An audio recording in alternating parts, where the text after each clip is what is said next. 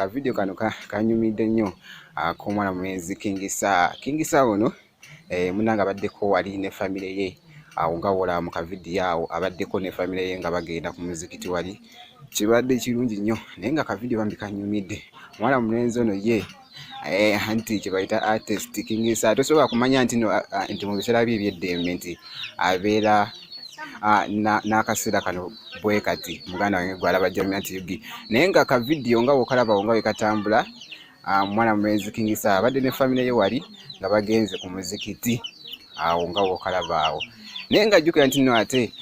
nga nkuzizaako ate eside eri ye mwana muwala Spice Diana osa ate ne Fifa America beekoze obusobozi obuganda wange gwe alaba Jamiat Yugi naye nga ka video kano kalina engeri gye kanyumiddemuko nga ono Fifa America nga omulaba awo nga ali mu kuwanyisa mukawo ne soda ne kugu nga bakutte Rolex muganda wange nga wolaba awo juga nti babadde nga bakoze challenge eno kulimba oluyimba olupya olwa Fifa America oluyimba luno lumanyiddwa nga Rolex muganda wange era ka video nga wokalaba awo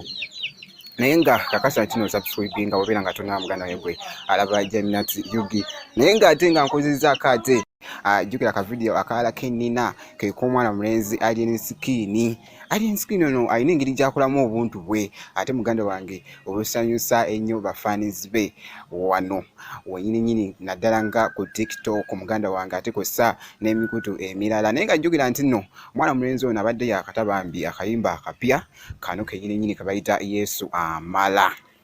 nga olaba challenge eyo nga wabadde agikola lwe luyimba luno olupya lwabadde akozeemu challenge eno